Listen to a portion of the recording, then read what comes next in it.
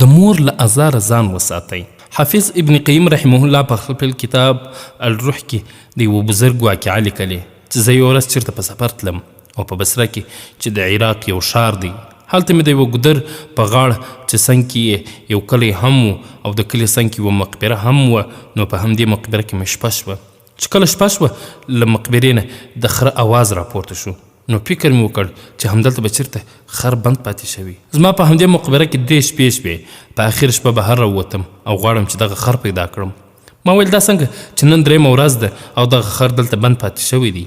کله چې مقبره کې د خره په پیدا کولو پسې ګرځم که ګورم له یو قبر نه د خر اواز راپورته کېږي. سهار مې د دې کلي له اوسېدونکو څخه پوښتنه وکړه چې ای خلکو، له دې مقبرې نه د خره اوازونه راپورته کېږي؟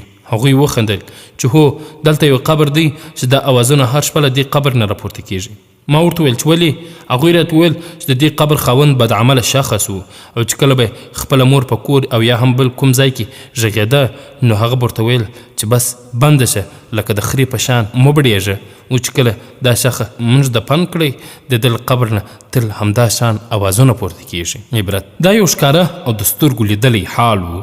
نو د مور له عواطفو سره ډیر خیال ساتئ. د مور تر پښو لاندې جنت دی او د هغې هر دعا زموږ لپاره د هر مشکل دارو دی. خو په څنګ کې له بد دعا څخه هم ځانونه وژغورئ، ځکه چې واقعیت یې ستاسو د سترګو په وړاندې دی.